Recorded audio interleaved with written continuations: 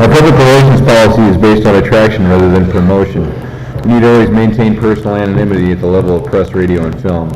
If anyone here represents the media agency, please contact Mark Ann. The members of North Central Indiana area of Narcotics Anonymous welcome you to the third We Grow with Love convention. We would like to thank you for joining us in this celebration of recovery. We are deeply grateful to our Narcotics Anonymous and find great joy in being able to express our gratitude here with you, our family. In Narcotics Anonymous, we are certain that when we come together to share our lives and our love with each other, a miracle happens. Our recovery takes hard work, courage, and commitment. Those are the things that carry us through as we seek the spiritual growth that comes from working the 12 steps. Never alone, we do this together and for each other, knowing that we need each other, because more than anything else, we grow with love. The preface to the basic text begins, "The full fruit of a labor of love lives in the harvest, and that always comes in its right season. For us, our season has come." Someone read just for today. My name is Jenny. I'm an addict. Hi, Jenny. Hi, Jenny. Just for today, my thoughts will be on my recovery, living and enjoying life without the use of drugs. Just for today, I will have faith in someone in the day who believes in me and wants to help me in my recovery. Just for today, I don't have a program. I will try to follow it to the best of my ability. Just for today, at UNA, I will try to get a better perspective on my life. Just for today, I will be unafraid. My thoughts will be on my new associations, people who are not using and who have found a new way of life. So long as I follow that way, I have nothing to fear. Thanks, Jenny. Thanks, Jenny. Thanks, Jenny. And right now, we'll introduce the first speaker, Mike.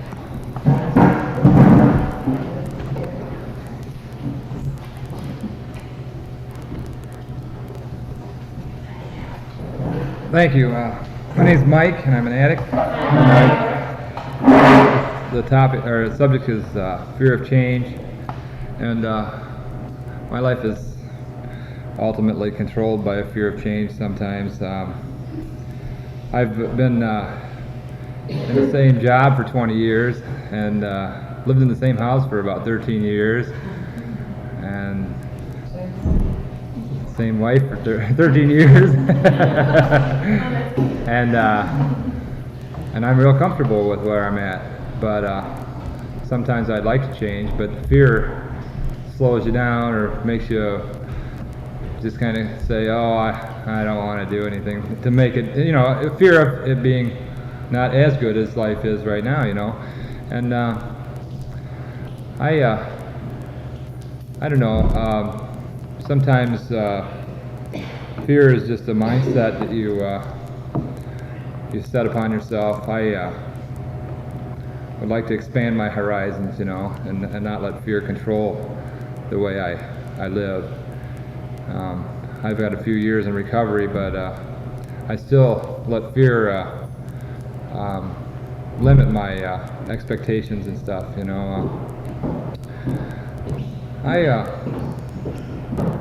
don't know.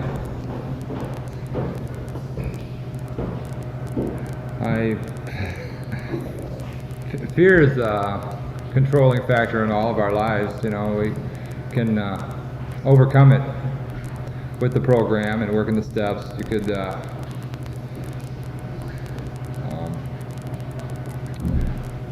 move on in your life if you didn't let fear limit you or limit me. I like to talk in the I sense. I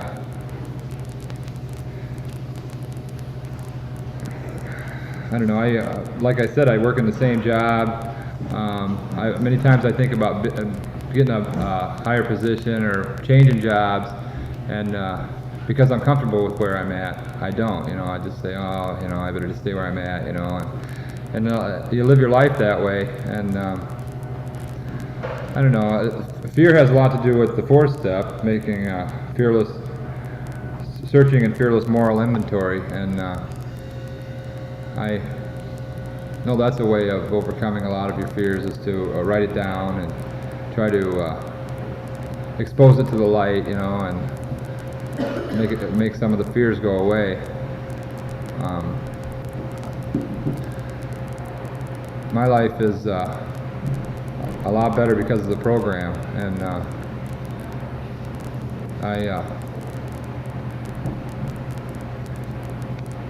I don't know. I'm gonna pass on to my co-chairman right now.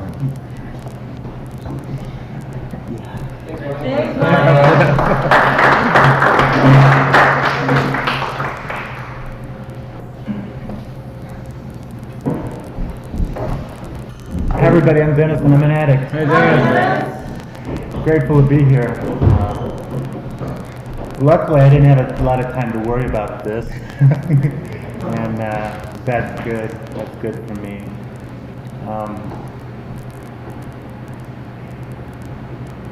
The topic, fear of change, it's funny how comfortable we can be in our old way. You know, no matter how miserable we might think a certain behavior or a certain action is, that it can be comfortable at times, and that fear can keep me from moving on. It can keep me from experimenting with some other options. And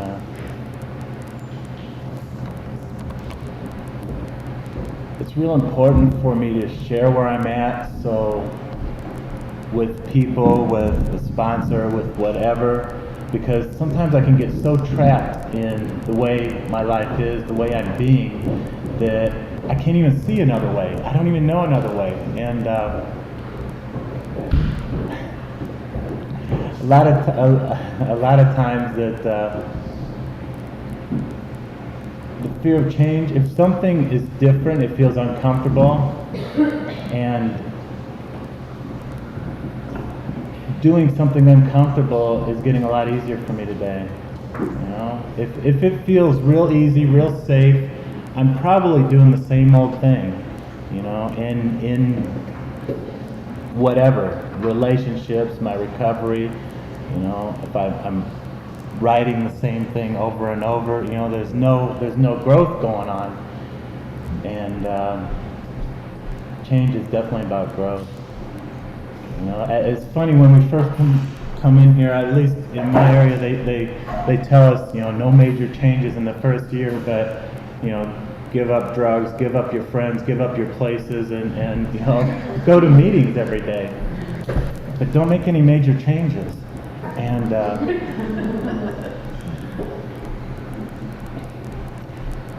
desperation kind of helps me to overcome the fear of change.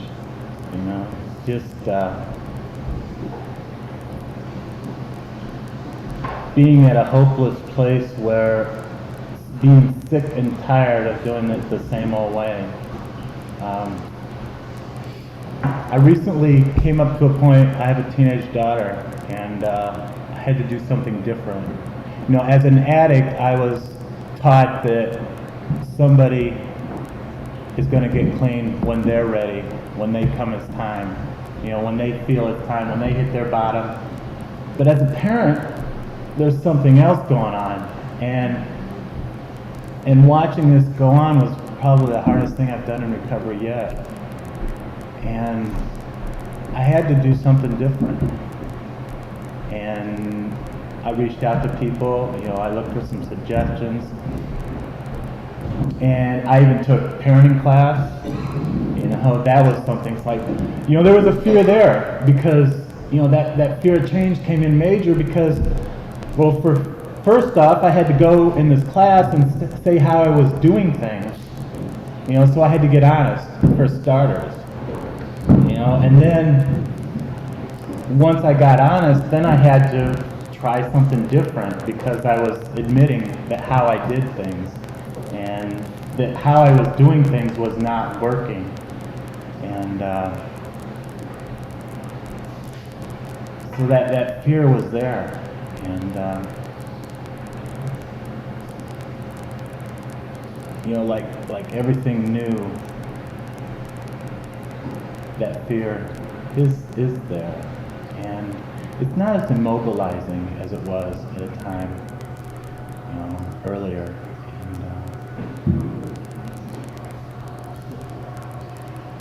you know, no matter how much we fight it, change is going to happen. You know, in relationships, in my life, in the world around me. You know, I was sharing with friends earlier about the Mississippi River, and how do you stop that from changing? You know, and this force is just like the life force in time, and that change is just going to happen no matter how much I fight it, how much I want to hold on, and it's just going to keep going. And me holding on to the same old music, the same old behavior, the same old clothes, the same old whatever is not going to stop it from happening. And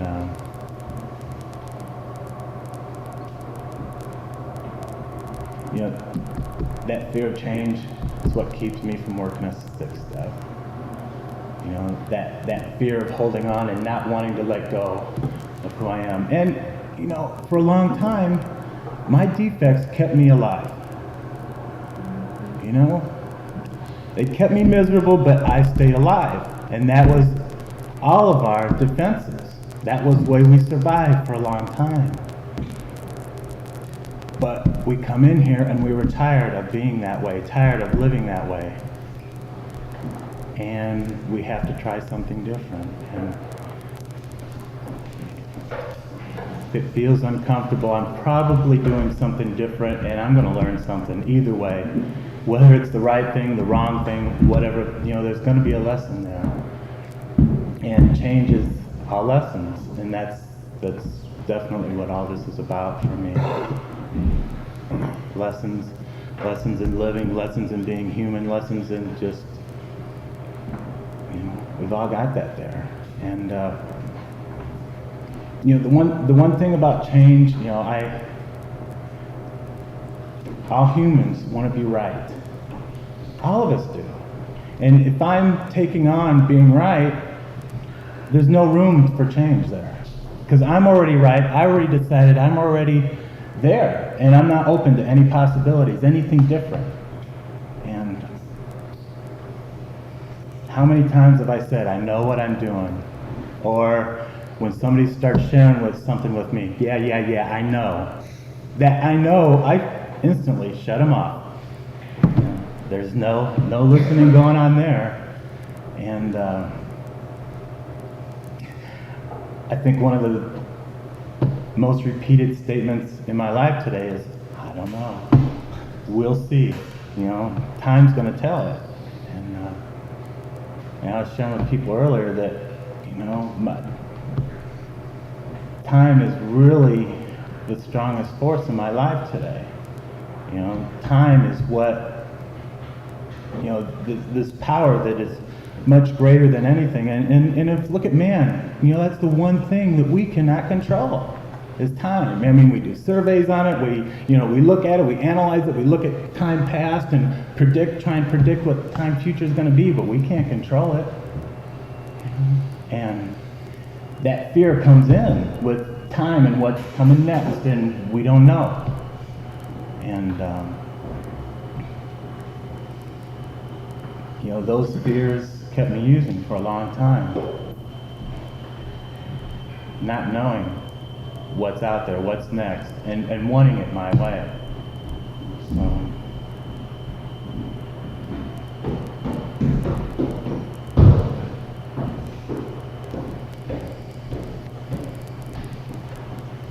I really think inventory is an important part of change, because if I have no idea where I'm at, how do I know if change is taking place? And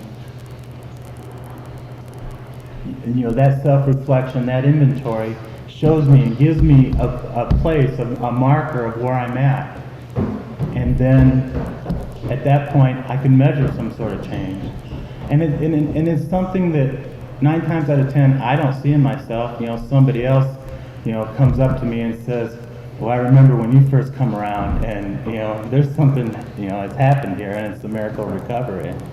You know, it wasn't about me, you know, it was about what all of you have shared and the experiences.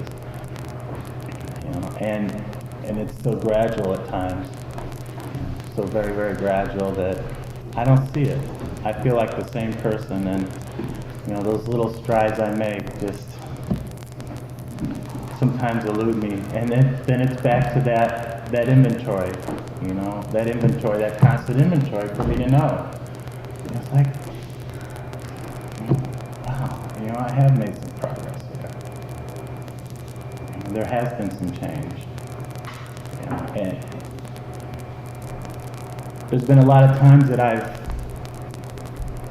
tried to change all these outside things to try and make it look like things are different, whether it's new haircut or new car or new clothes or, whatever, New relationships, I think that's going to make it better. Let's find some new relationships here. That'll make a change. That'll force it in me, and chances are, if there's a behavior, if there's an attitude that I'm holding on to, it's going to show up again no matter where I go, how far I run, how different I dress, and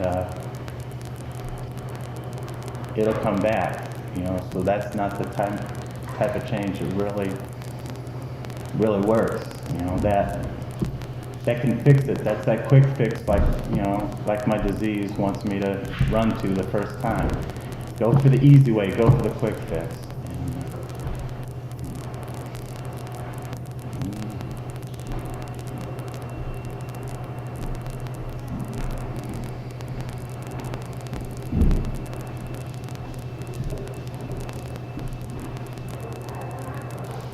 That's all I have to share, and thanks for asking me to help out. I appreciate it. And, it's good to be here.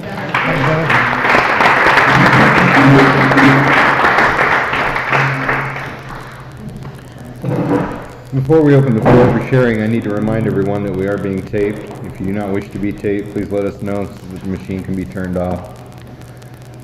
I'm still Bill, and I'm an addict. And I really like this topic, fear of change, because that's what kept me out there for so long.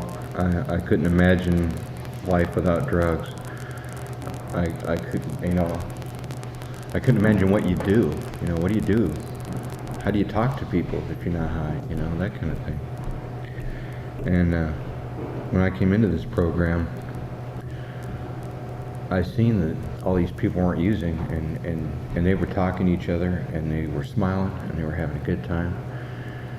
And that's when I really wanted to change. And I like what it says in the first step about when we were beaten, we became willing. And today that's still true. Sometimes I have to be beaten before I'm willing to change. But there's never really been any bad changes, in my life. There's some things that I haven't liked, but some have been good for me.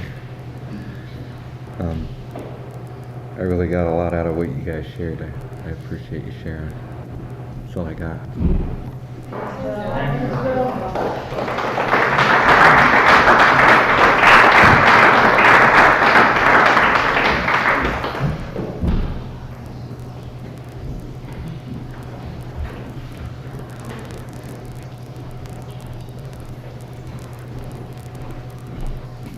Hi family, I'm Chuck. I'm a grateful recovering addict today. Changing. Since I came into the program of Narcotics Anonymous, I've changed a whole lot. I guess mostly the people that could see it is my children. My ex didn't understand the change. She liked me. Well, I can't say that. She didn't like me when I was using because I didn't care. And she didn't like me when I wasn't using because I didn't care. But see, that was her outlook at it, is that when I was clean I didn't care.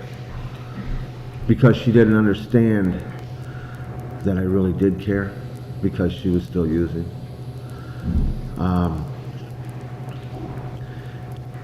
It was to a point to where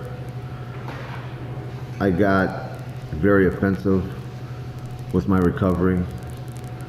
I got very offensive about my children. And I told her, if you want to kill yourself, you go right ahead. You know what I had to go through. You know what I did. You've seen the pain that I went through. You felt some of the pain that I felt. And you know that I have to change in order to stay clean. And she just couldn't get with that. So we ended up splitting up. But that's okay too, you know. My kids are very important to me, and they love their new dad. Today when I walk into a room, they come up and they hug me. They kiss me. They say, "Hey Dad, how you doing today? You okay? You going to a meeting?" You know, and that's great. Before, when I walked into a room, they'd leave the room because they didn't want nothing to do with that. So that's what Narcotics Anonymous has given me. It's given me a chance to be somebody that I've always really wanted to be. Somebody that can be loved and that can love. Somebody that can actually care for somebody and not wait till they turn around and take what they want, you know. See, that was my active addiction. When I wanted something, I took it. When I needed something, I took it. You know, not caring who I hurt or what I had to go through to do it. You know, and I look back at the way that I used to treat people and the way that I treat people today, and I can see a change in Chuck, you know, a big change.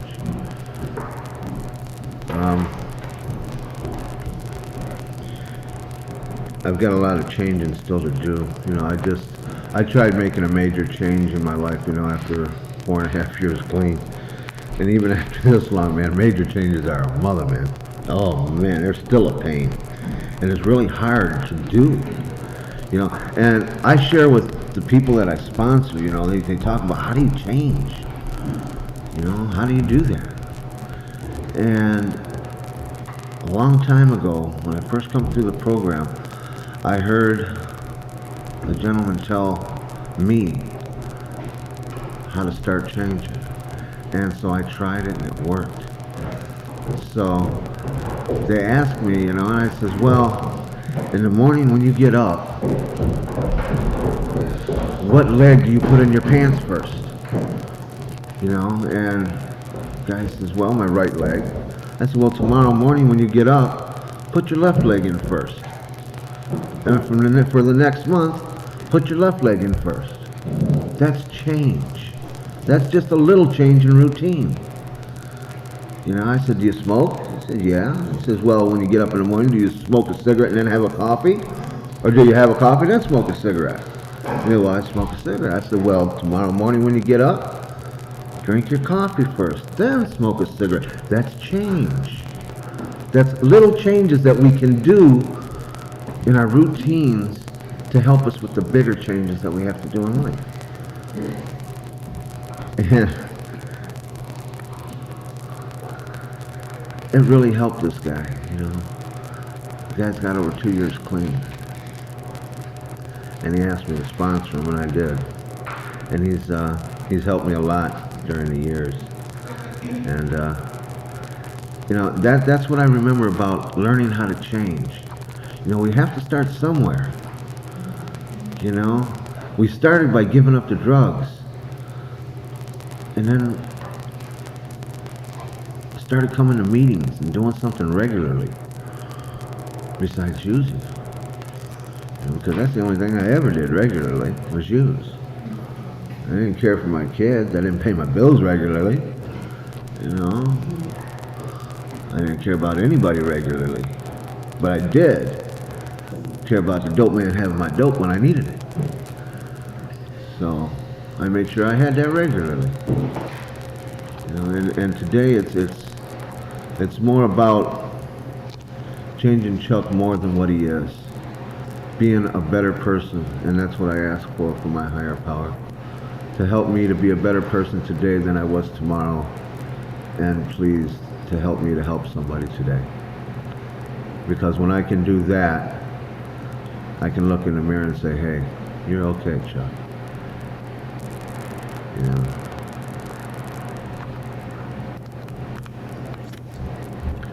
And I got a lot of changing yet to do, and I'm going to continue to come to the meetings, to the conventions, because that's where I get a lot of my growth from. That a lot of people have shown me how to do the things that I need to learn how to do. So if nobody's told you today that they love you, I'm telling Ollie I love you, and I'm glad that you're here for you and for me. Thanks for letting me share.